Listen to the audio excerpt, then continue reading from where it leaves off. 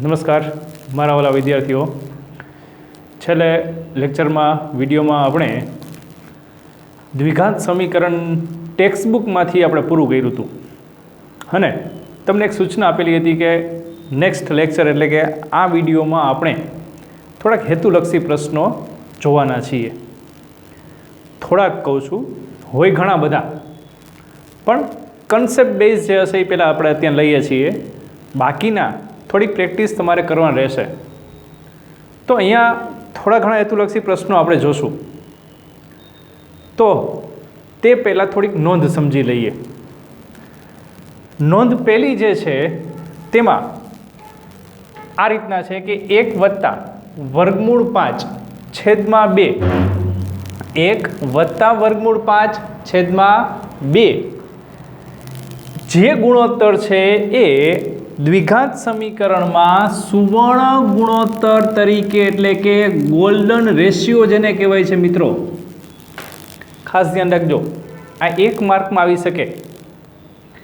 1 વત્તા વર્ગમૂળ 5 છેદમાં 2 ને સુવર્ણ ગુણોત્તર, સુવર્ણ સંખ્યા, ગોલ્ડન નંબર અથવા ગોલ્ડન રેશિયો તરીકે એને ઓળખવામાં આવે છે. બહુ જરૂરી છે. હવે પ્રશ્ન થાય એવું ક્યાં આવ્યું? હા, ચેપ્ટર નંબર 5માં આવશે. અથવા એક સમીકરણ હું તમને એમને આપું છું જેનો એક ઉકેલ આ મળશે. આ સમીકરણ છે x વર્ગ ઓછા x ઓછા 1. ફરીથી x વર્ગ ઓછા x ઓછા 1 બરાબર 0. આ સમીકરણનું એક બીજ આવશે ને બીજું બીજ માઇનસ વાળું હશે, પણ માઇનસ વાળાને ગોલ્ડન નંબર નથી કહેવાતું, પ્લસ વાળાને જ ગોલ્ડન નંબર કહેવાય છે. વધુ આગળ તમારે એના વિશે આવશે. તો આ સુવર્ણ ગુણોત્તર એટલે કે ગોલ્ડન રેશિયો એને કહેવાય છે. રાઈટ? ચલો, બીજી પોઈન્ટ એટલે કે બીજી નોંધ છે અહીંયા. સમીકરણ ax વર્ગ વત્તા bx વત્તા c બરાબર 0માં a ગ્રેટર દેન 0 હોય એટલે કે x વર્ગનો સહગુણક 0 કરતાં મોટો ધન સંખ્યા, c લેસ દેન 0, c અચળ પદ ઋણ હોય અને b બરાબર 0 હોય. 3 શરતનું જો પાલન થતું હોય, જનરલી આ એક જ શરત છે આપણા માટે, પણ અહીંયા હું 3 લખું છું કારણ હમણાં આગળ આવશે તમારે. a greater than 0, c less than 0 અને b બરાબર 0 હોય તો જે સમીકરણ છે એના માટેનો પોઈન્ટ છે કે પરસ્પર વિરોધી બીજ મળે. વિરોધી એટલે કેવા કહેવાય? પ્લસ માઇનસ વાળા. સંખ્યા સરખી હોય પણ નિશાની વિરુદ્ધ હોય એને વિરોધી બીજ કહેવાય. દાખલા તરીકે +5 અને -5 એને વિરોધી કહેવાય. વધારામાં કહું તો 3/2 ને -3/2 આ પણ વિરોધી કહેવાય. 3/2 અને -3/2 એ પણ વિરોધી છે, પણ એમાં શરત આ લાગુ પડે છે, b બરાબર 0. સાથે સાથે આ યાદ રાખવું, a ગ્રેટર દેન 0 છે અને c લેસ દેન 0 છે. આનાથી ઊંધું ચાલે. a લેસ દેન 0 અને c ગ્રેટર દેન 0 હોય તોય ચાલે. સમજે છે ને? એ બંનેની નિશાની પરસ્પર વિરોધી હોવી જોઈએ. a અને c બે ગ્રેટર દેન 0 હશે તો નહીં મળે. a અને c એટલે કે x વર્ગનો સહગુણક અને અચળ પદ બંને ગ્રેટર દેન 0 અથવા બે લેસ દેન 0 હશે તો નહીં મળે બીજ. ક્યારે મળશે? બંનેની નિશાની કેવી હોવી જોઈએ? વિરોધી. અને b બરાબર 0 હોવું જોઈએ એટલે કે x નો સહગુણક 0. રાઈટ? ત્યારે બીજ કેવા મળે છે? વિરોધી. ત્યારબાદ પછીની નોંધ લઈએ. સમીકરણ ax વર્ગ વત્તા bx વત્તા c બરાબર 0માં એટલે કે ફરી પાછું વ્યાપક સ્વરૂપ આવ્યું. એમાં શું કીધું છે? તો કે a બરાબર c હોય. a અને c સમાન. મિત્રો, આ તમારે દ્વિઘાત બહુપદીમાં પણ આવી ગયો છે આ જ વસ્તુ, સેમ વસ્તુ કહું છું, કારણ કે બે ઓલમોસ્ટ તો સરખું જ છે. દ્વિઘાત બહુપદી કયો કે દ્વિઘાત સમીકરણ કયો, બંનેમાં લાગુ પડે છે. તો a બરાબર c હોય તો ત્યાં દ્વિઘાત બહુપદીમાં તમારે કેવા બીજ મળે, શૂન્ય મળે છે? તો કે પરસ્પર વ્યસ્ત કહી શકાય. કેવા? પરસ્પર વ્યસ્ત બીજ મળે. એ બરાબર સી હોય તો.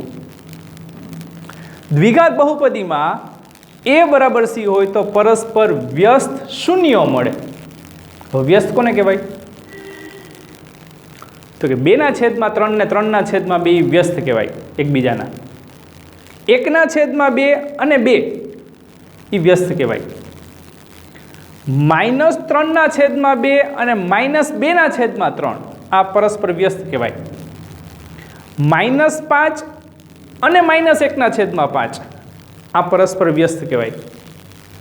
પણ એ ક્યારે શક્ય છે? તો કે આ શરતનું પાલન થતું હોય તો. એ બરાબર સી, એટલે કે x વર્ગનો સહગુણક અને અચળ પદ બે સમાન હોવા જોઈએ. જો નિશાની સાથે સમાન હોવા જોઈએ. એક પ્લસ હોય ને એક માઇનસ હોય તો ન ચાલે. નિશાની સાથે બંનેના મૂલ્ય કેવા હોવા જોઈએ? સમાન.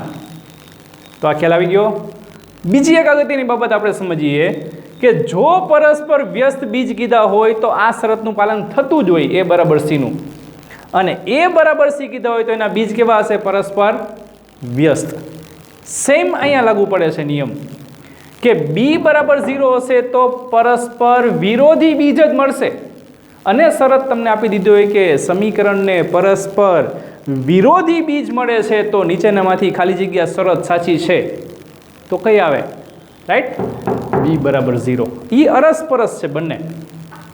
એટલે આ એક ધ્યાન રાખજો વિદ્યાર્થીઓ ખાસ. તો આ 3 બાબતો અને બીજી જે અગાઉ ભણી ગયા છો એ બાબતોનો શોર્ટમાં ઉલ્લેખ કરી દઉં છું કે બીજનો સરવાળો ભણી ગયા છો, શું થાય? -b/a. બીજનો ગુણાકાર ભણી ગયા છો, શું થાય? c/a.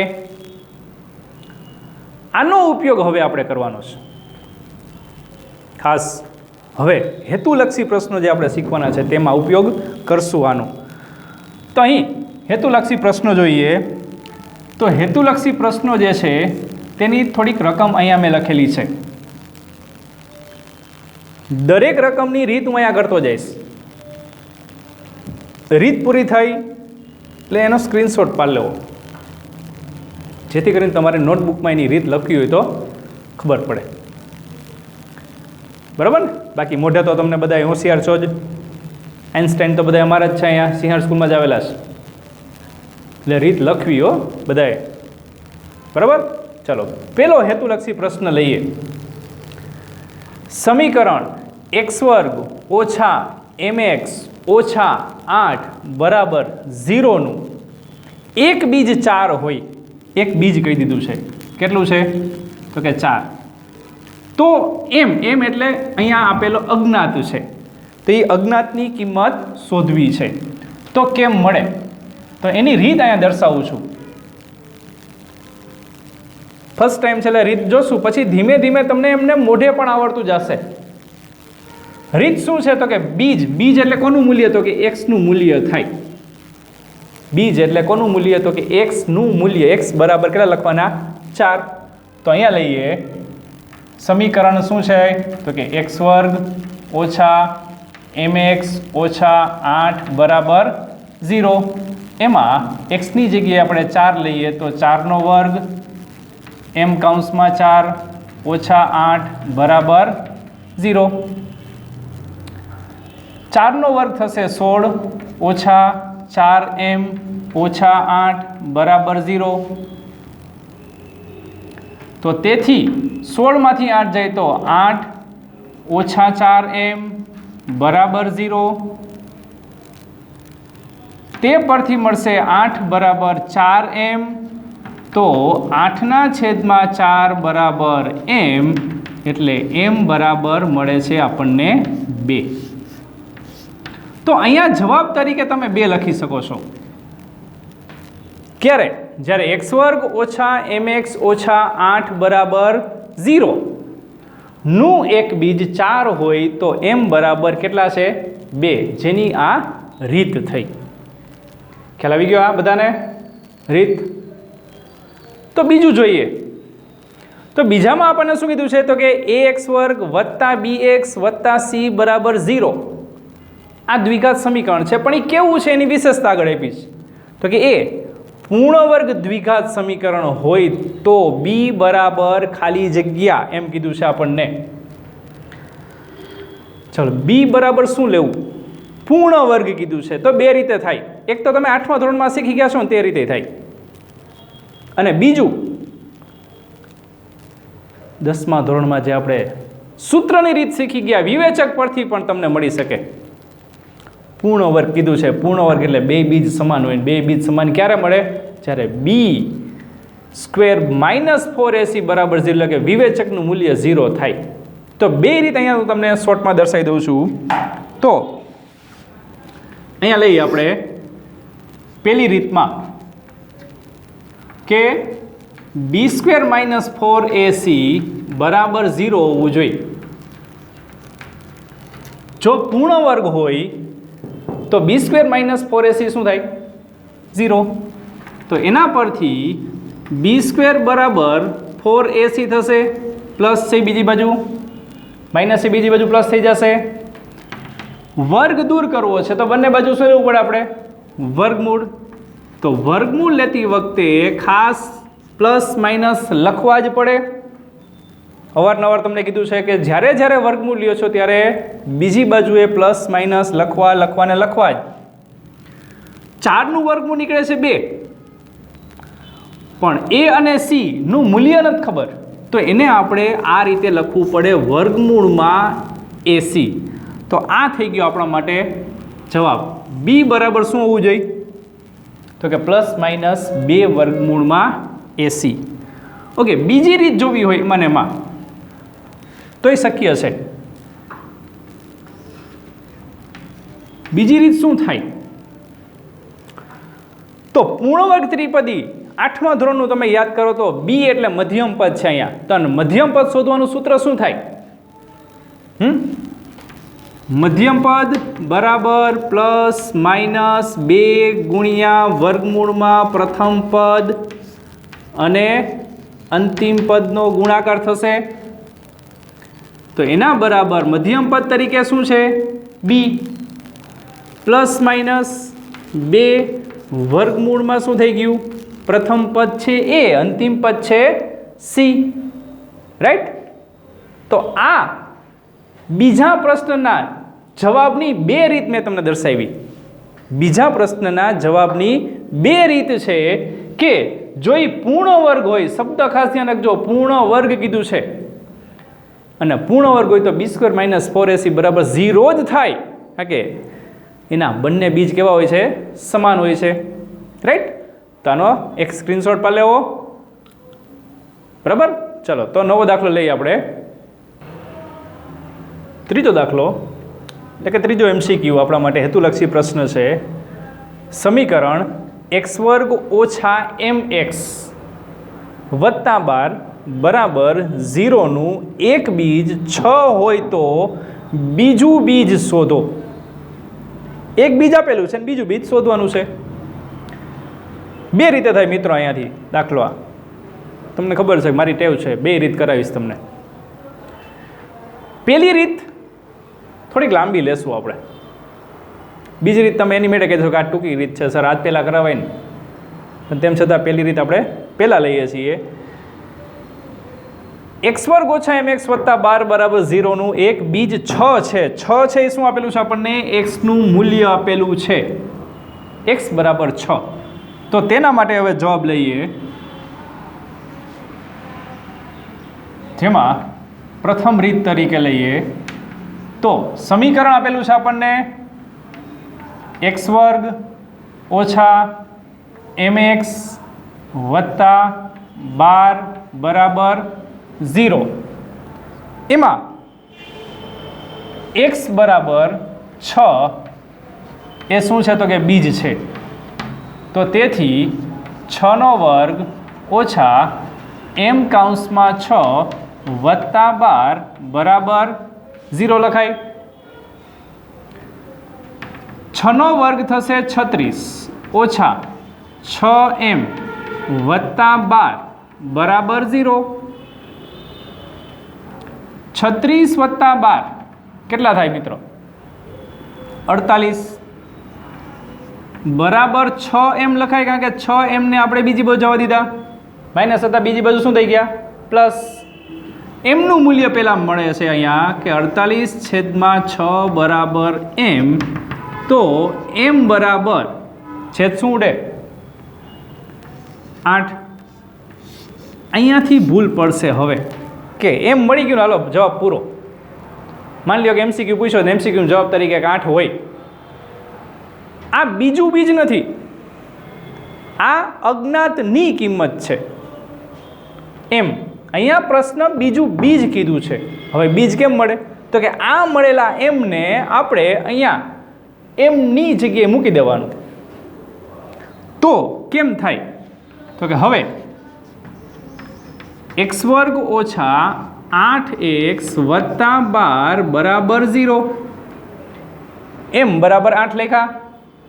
આના અવયવ શું થાય તો કે 6 અને 2, x ઓછા 6 x ઓછા 2 બરાબર 0.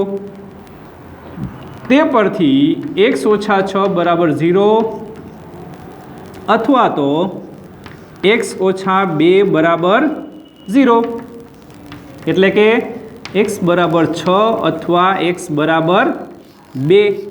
આ બે બીજ મળ્યા તો બીજું બીજ કયું કેવું? આ આપેલું છે તો આ થઈ ગયું આપણા માટે બીજું બીજ. તો તેથી એમ લખાય કે બીજું બીજ શું છે તો કે 2 છે. આ બીજું બીજ મળી ગયું આપણને. આ રીત થઈ. હવે MCQ આપણે કરીએ છીએ મિત્રો. આ MCQ છે, કેટલી વાર લઈ ગઈ જવો છો ને તમે? આ રીત કરો એટલે આખો દાખલો થઈ ગયો. હા, એમ કીધું હોત કે એમની કિંમત શોધીને બીજું બીજ શોધો તો આ જ કરવું પડે, પણ અહીંયા ડાયરેક્ટ બીજું બીજ પણ મળી શકે છે. ડાયરેક્ટ કેમ મળે તો એના માટે અગાઉ શીખી ગયેલી નોંધનો ઉપયોગ ક્યાંકથી આપણે કરવો પડશે. કઈ નોંધ તો કે દ્વિઘાત સમીકરણના બે બીજનો સરવાળો શું થાય તે ખબર છે અને બે બીજનો ગુણાકાર શું થાય તે પણ ખબર છે. તેનો ઉપયોગ આપણે જો કરીએ તો થશે બીજી રીત. તો બીજી રીત એટલે અહીંયા 12 આપેલું છે અને 1 આપેલું છે. એમ ક્યાં છે? મધ્યમ પદમાં, એટલે કે બી ની જગ્યાએ છે. તો બી જ્યાં ઉપયોગમાં લેવાતું હોય તે નહીં લેવાનું. તો બે બીજનો સરવાળો એટલે -b/a ન લેવાય. કેમ તો કે બી નથી ખબર. ગુણાકાર લેવાય. ગુણાકાર શું છે તો કે બીજનો ગુણાકાર, એટલે બીજનો ગુણાકાર એનું સૂત્ર આપણને આપેલું છે c/a. આ પણ ખબર છે. તો તેથી આલ્ફા અને બીટા બરાબર c એટલે કેટલા છે તો કે 12/a એટલે 1 છે. આલ્ફા બીટા ક્યાંથી લાવવા તો કે એક બીજને આલ્ફા કહેવાય, બીજા બીજને બીટા કહેવાય, જે શોધવાનું છે. તો અહીંયા લખાય કે 6 ગુણ્યા બીટા બરાબર 12. તો તેથી બીટા બરાબર 12/6. તો બીટાનું મૂલ્ય મળે છે કેટલું 2. હવે આ બીજું બીજ મળી ગયું કે નહીં? આ એમ શોધીને લીધું હતું આપણે, અહીંયા ડાયરેક્ટ મળ્યું. બે રીતે શક્ય છે, બે રીતે સાચો જવાબ છે. તો કઈ રીત કરાય? રાઈટ, કઈ કરશો? કરશો ને બીજી રીત, બરાબર? તેનું પણ તમારે નોટબુકમાં બે રીત લખવી. કેમ લખશો? સ્ક્રીનશોટ પાડીને. પડી ગયો? ચાલો નવો દાખલો લઈએ. ચોથો દાખલો છે x² ઓછા 7x વત્તા k.